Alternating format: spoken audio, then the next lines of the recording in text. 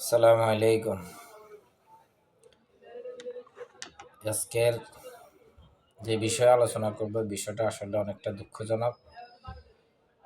সেটা হচ্ছে একজন ডাক্তারের সাথে আসলে এরকম করাটা আহ, এরকম আচরণ করাটা কোনো রোগীর পক্ষে আমার মনে হয় যে আসলে ঠিক না। সেটা হচ্ছে আমরা হোমিওপ্যাথিতে একটা রোগী দেখি, এই রোগীটার কাছ থেকে আমরা কোনো ফি নেই না। ওষুধটা দিয়ে ওষুধ খরচ বাবদ 200 টাকা, 300 টাকা, 400 টাকা এরকম একটা অ্যামাউন্ট যা আসে, যে পরিমাণ ওষুধ লাগে সেই পরিমাণ ওষুধ হিসেবে আমাদের রেটটা আসে। এখন কিছু কিছু রুগী দেখার পরে এটা মনে হয় যে আসলে এই রুগীটার প্যাথোলজিক্যাল কোনো পরিবর্তন হয়তো হইতে পারে। তখন কিছু টেস্ট লিখে প্যাথোলজিতে পাঠাই।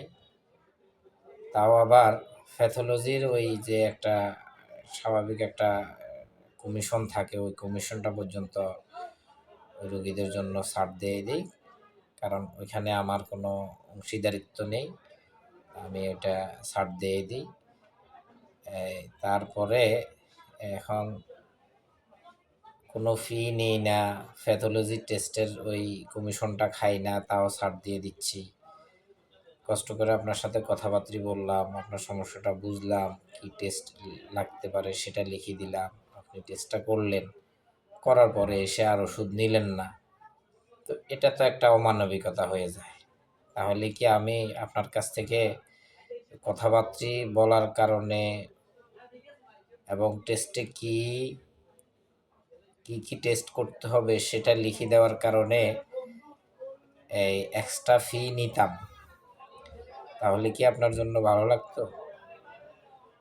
তো আপনাদের এইরকম আচরণ থেকে একটু দূরে থাকবেন, কারণ আপনার এই আচরণের কারণে হয়তো আরেকজন সত্যি সত্যি এই ভালো পরামর্শ এবং কম টাকায় সারার যেই সিস্টেম আমাদের কাছে আছে, বিশেষ করে আমার কাছে আছে, এবং আপনার প্যাথোলজি থেকে এই যে সিস্টেমটা, প্যাথোলজির যে সিস্টেমটা, ওইখানে আপনাকে আপনার টাকা সেভ করে দেওয়ার যে সিস্টেমটা আমি চালু রাখছি, ওই সিস্টেমটা থেকে আরেকজনকে বঞ্চিত করার আপনার এই আচরণের কারণে হয়তো হইতে পারে। তো আপনাদের প্রতি আমার রাগ না, কিন্তু একটা অভিযোগ ছিল, সে অভিযোগটা প্রকাশ করলাম। আমার যারা পেশেন্ট আছে, আপনারা আমার পরিবারের একটা সদস্য আমি মনে করি। তো আপনারা ফরের মতো, আমি আপনাদের সাথে আফনের মতো আচরণটাই করি, কিন্তু আপনারা সবাই না, অনেকে ভালো, বেশিরভাগে ভালো, 2-1% হয়তো এরকম করেন যে ডাক্তার তো টেস্টের টাকা খায় না, ডাক্তার দিয়ে টেস্টগুলো করায়নি, পরে আর ওষুধ নিলেন না। তো এই প্রতারণা করা থেকে আসলে দূরে থাকবেন।